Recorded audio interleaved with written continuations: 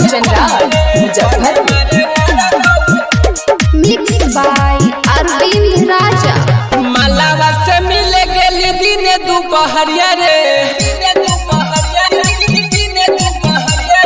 मलावा से मिले गेली दिने दुपहरिया रे, बड़ी मारे मारा कहू मलावा के भैया रे, नाही बचल कहू जे हलवो कर मैया रे, बड़ी मारे मारा कहू मलावा के भैया रे।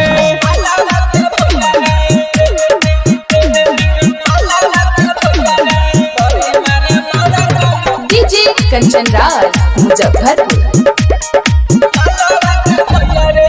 ललका उठाई हमरा गोदी रे, ललका पटक टूटल बॉडी रे, हेरे दो मार के फाड़ दलो रे। ललका उठाई हमरा गोदी रे, ललका पटक टूटल बॉडी रे, उठले दर्द मुचकले कलैया रे,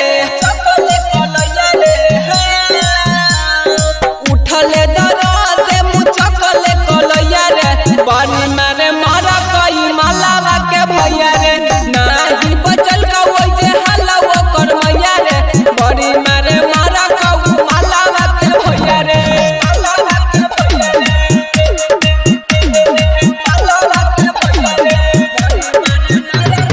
DJ Kanchan Raj Muzaffarpur. Recording by Tahalka studio Masaud. करल प्यार भेलो भारी रे,